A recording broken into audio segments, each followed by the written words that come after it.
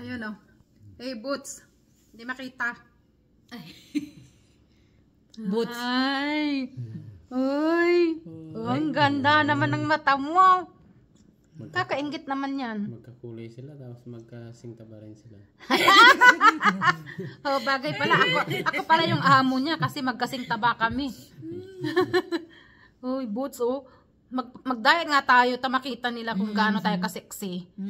Oh, no? Punta na tayo sa gym. Mag-diet ka para pakita mo kung gaano ka kagwapo. Ay, maskuladong pusa. Uy. Uy, ang ganda ng mata. Kakaingit. Para mas garpled kasi sarat yung ilong niya. Di ba? Kasi yung ibang ilong hindi ganyan. Ito para garpled. Yung pink. Oh, nagtago na tuloy. Nahisuri naman. Ikaw naman. Pinapangupango mo.